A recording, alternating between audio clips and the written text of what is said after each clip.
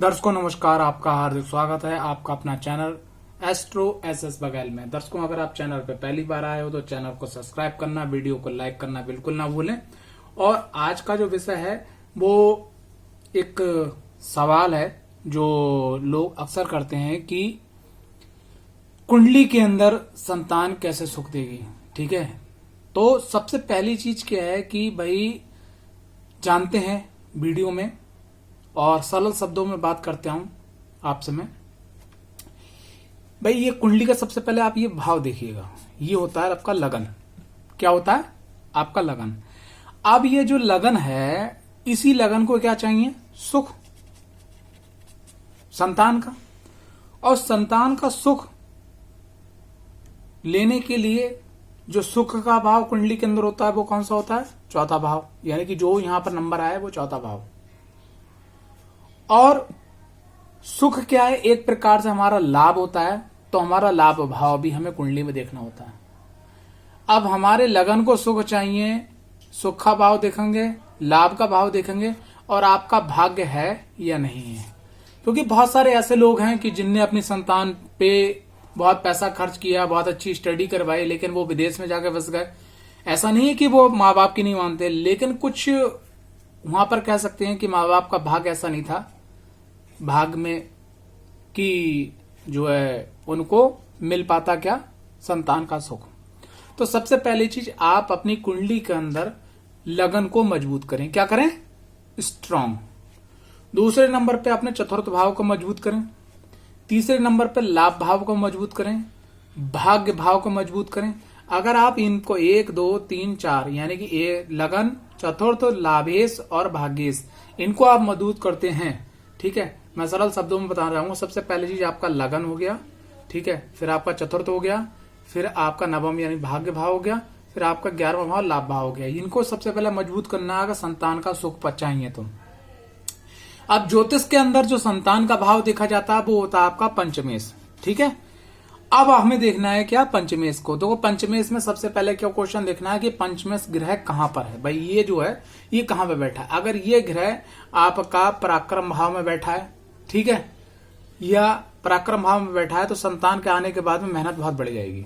ठीक है, और छोटी मोटी बीमारियां भी आपको लगी रहेंगी। ठीक है, यहाँ छठे भाव में बैठा हो तो संतान को आने के बाद में क्या है कि आने वाले समय में संतान का अगर पिता का भाव यानी कि संतान की कुंडली में दसम और नवम भाव मजबूत है और सूर्य की स्थिति मजबूत है तो पिता से, और चंद्र की स्थिति मजबूत है तो मां से संबंध अच्छे रहेंगे। लेकिन छठा भाव बेर जो है अड़ंगा पेलेगा, क्योंकि आपकी कुंडली के अंदर पंचमेश जो है छठे भाव में बैठ गया, तो यहाँ पर शत्रु के मतलब शत्रुता का भाव बन जाएगा संतान से। संतान के बड़े होने के बाद या आचार विचार बहुत ज्यादा नहीं मिलेंगे। एक तो होता है कि थोड़ा बहुत ना मिलना, एक होता है बहुत ज्यादा ना मिलना।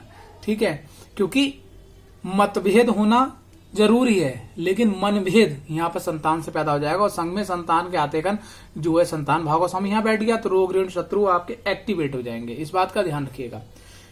संतान का पंचमेश का अष्टम में आके बैठना ये भी थोड़ा गड़बड़ हो जाता है। भाई कुंभ राशि के अंदर आप देखिएगा, वो कुंभ लगन के अंदर पंचमेश बुध होते हैं और अष्टेश भी बुध होते हैं। यहाँ के बैठे तो वहां एक घड़ी थोड़ा बहुत मान के चलते सही है, लेकिन यहाँ पर जो है आंतरिक जो आपकी चेतना ऊर्जा है वहां कहीं ना कहीं थोड़ा बहुत घबराहट हमेशा रहेगी, संतान के प्रति चिंता बनी रहेगी। संतान का 12वें भाव में जाके बैठना तो संतान का सुख बहुत कम मिलता है। संतान चाहते हुए भी सुख नहीं दे पाती है। ठीक है, अब संतान का स्वामी अगर मान लिया लगन में बैठा है बहुत अच्छा है, चतुर्थ में बैठा है बहुत अच्छा है, सप्तम में भी अच्छा, केंद्र में भी अच्छा, द्वितीय भाव में अच्छा, और अगर संतान भाव का स्वामी अगर लाभेश में बैठ जाए तो बहुत ही बढ़िया है। आपने बहुत सारे ऐसे लोग देखे होंगे, आपने कहा होगा भाई ये बंदा तो बहुत ड्रिंक करता था, अल्कोहलिक था, बहुत गलत करता था, रिक्शा चलाता था, टेम्पो चलाता था, मयूरी चलाता था, बहुत सारी छोटी गाड़ी चलाता था, मजदूरी करता था, लेकिन आज इसकी संतान इसकी इतनी सेवा करती है और यहाँ मेरा जस्ट पलट। तो सबसे पहली चीज, अगर आप संतान का सुख चाहते हैं किसी भी प्रकार से तो ये चीज देखना बहुत जरूरी है। दूसरी चीज क्या है कि लगन का ग्रह कहाँ है, ये भी देखना बहुत जरूरी है। भाई लगन का ग्रह आपका तिरक भाव में बैठा है तो सुख तो आपको मिलने से थोड़ा वंचित हो जाएगा, लगन को मजबूत करना होगा। सुख का ग्रह यानी चतुर्थ भाव का स्वामी कहाँ बैठा है ये भी देखना बहुत जरूरी है। भाग्य भाव का ग्रह कहाँ बैठा है ये भी देखना बहुत जरूरी है। लाभ भाव का ग्रह देखना ये भी बहुत जरूरी है। तब मिलता है संतान का पूर्ण सुख। ठीक है, इस बात का विशेष ध्यान रखिएगा।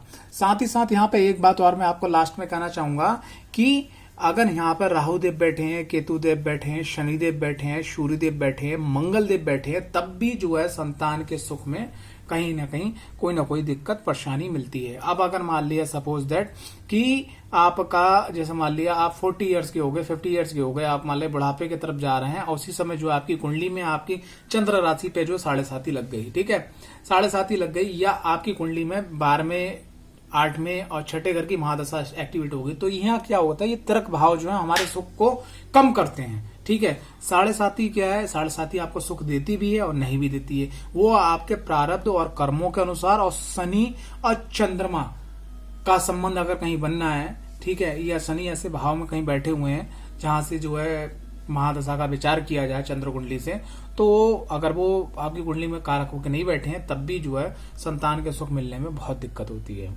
तो अगर आप चाहते हैं कि संतान का सुख आपको मिले, तो आप अपनी कुंडली का विश्लेषण अध्ययन करवाएं, अपनी संतान की कुंडली विश्लेषण का अध्ययन करवाएं। वरना भैया देखो, बुढ़ापे पे अगर आप संतान सुख के बारे में नहीं चाहते, कि नहीं मिलना चाहिए या नहीं लेना चाहते हैं, तो आप जो है धन बुढ़ापे के लिए जरूर जोड़ के रखें, स्वास्थ्य का विशेष ध्यान रखें, ठीक है, और मनोस्थिति जिसको बोलते हैं मानसिक स्थिति को भी मजबूत रखें। अगर ये तीनों काम करते हैं तो आपको भाई बुढ़ापे पे धन है होगा आपके पास, स्वास्थ्य आपका थोड़ा बहुत सही रहेगा, ठीक है, और मानसिक स्थिति। लेकिन इसके संग में भी एक चौथी चीज होती है जिसको बोलते हैं औलाद, ठीक है, औलाद का होना भी बहुत जरूरी है।